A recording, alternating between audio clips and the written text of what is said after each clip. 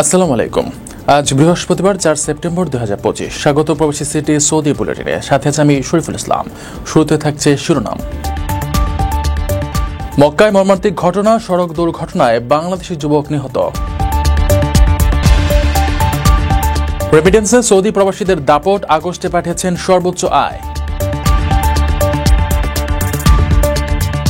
প্রবাসীদের প্রথমবার ব্যালটে ভোটাধিকার ব্যয় 400 কোটি টাকা। প্রযুক্তির দুনিয়ায় সৌদির নতুন চমক, হালাল এআই।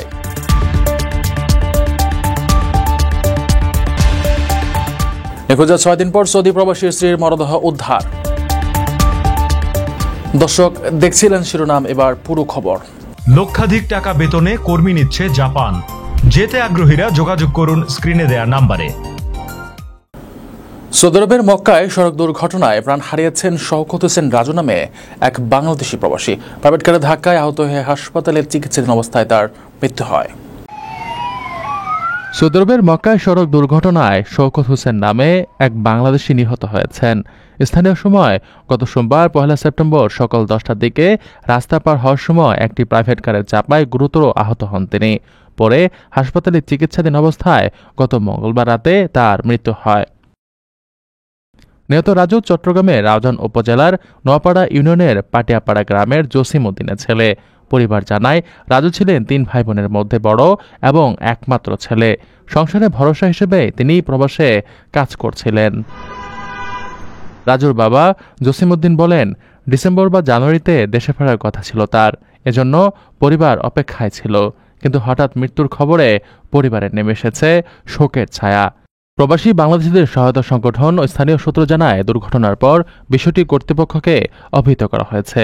প্রয়োজনীয় আইনগত প্রক্রিয়া শেষে মরদেহ দেশে আনার চেষ্টা চলছে। বাংলাদেশ ব্যাংকের প্রতিবেদনে দেখা গেছে, শুধু আগস্টে দেশে এসেছে $242 কোটি বেশি রেমিটেন্স। এর মধ্যে সর্বাধিক অর্থ এসেছে সৌদি আরব থেকে, এরপর যুক্তরাজ্য ও মালয়েশিয়া। অর্থনীতিবিদরা বলছেন, এই প্রবাহ বৈদেশিক মুদ্রার সংকট মোকাবেলায় বড় ভূমিকা রাখবে। সদ্য বিদায়ী আগস্ট মাসে বাংলাদেশে রেমিটেন্স বা প্রবাসী আয়ের শীর্ষ উৎস ছিল সৌদি আরব।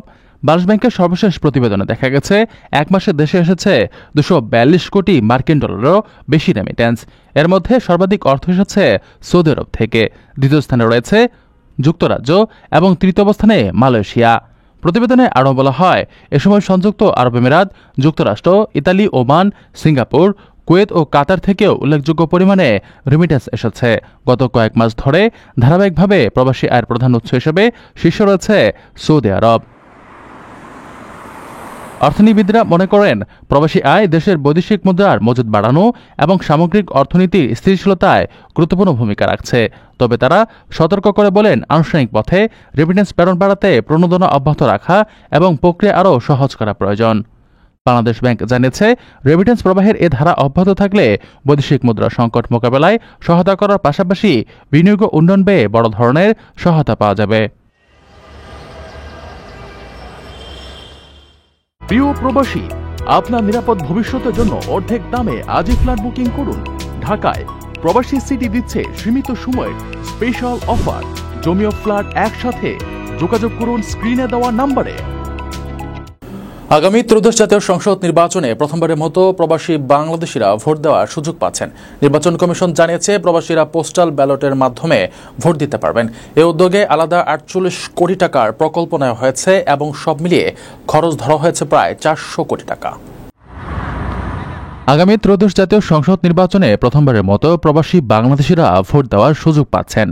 নির্বাচন কমিশন জানিয়েছে, পোস্টাল ব্যালটের মাধ্যমে প্রবাসীরা ভোট দিতে পারবেন।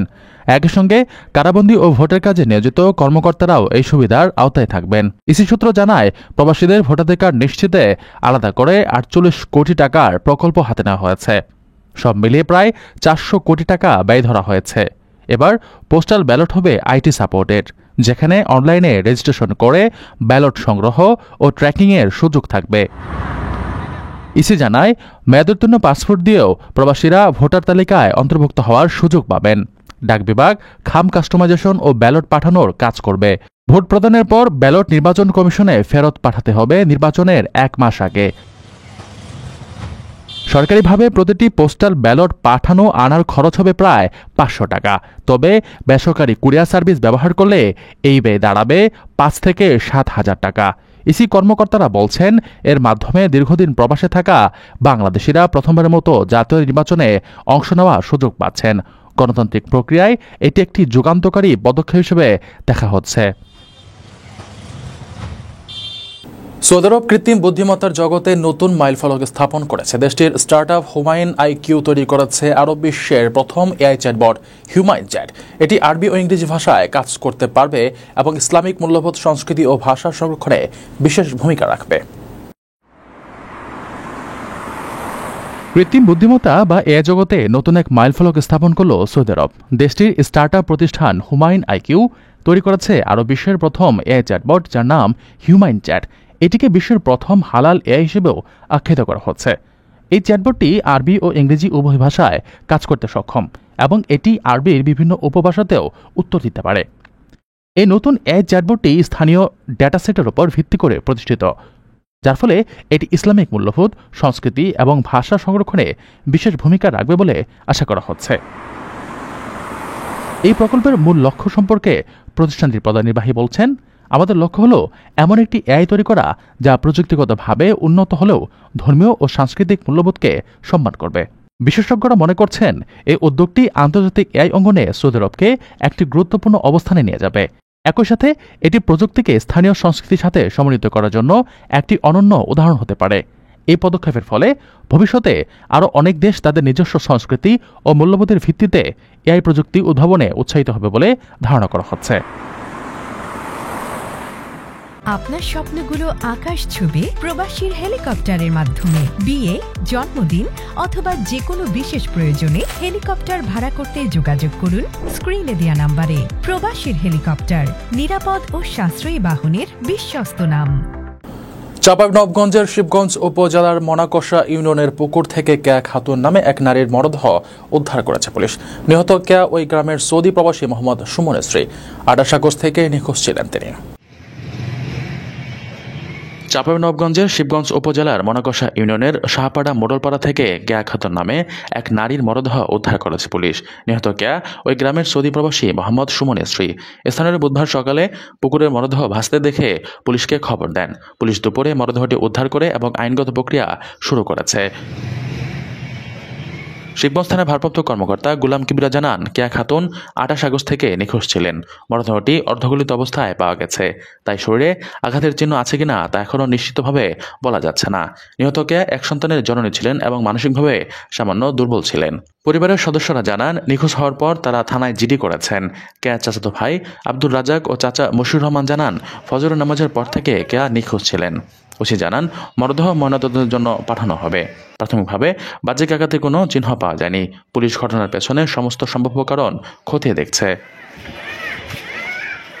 লক্ষাধিক টাকা বেতনে কর্মী নিচ্ছে জাপান। যেতে আগ্রহীরা যোগাযোগ করুন স্ক্রিনে দেয়া নাম্বারে।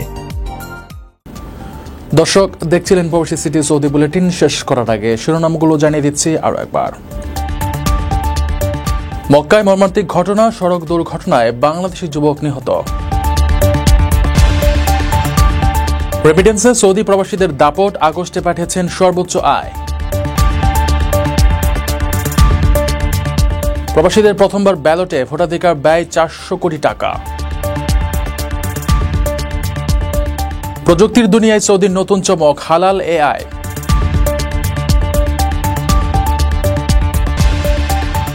নিখোঁজের 6 দিন পর সৌদি প্রবাসীর স্ত্রীর মরদেহ উদ্ধার। এই ছিল সৌদি বুলেটিনের আজকের আয়োজনে। প্রবাসের সর্বশেষ সংবাদ পেতে ভিজিট করুন probastime.net, সাবস্ক্রাইব করুন আমাদের ইউটিউব চ্যানেল, চোখ রাখুন ফেসবুক পেজে। পরবর্তী বুলেটিন দেখার আমন্ত্রণ জানিয়ে আজকের মতো বিদায় দিচ্ছি আমি শরীফুল ইসলাম। সেই পর্যন্ত সবাই ভালো থাকবেন, নিরাপদে থাকবেন। আল্লাহ হাফেজ।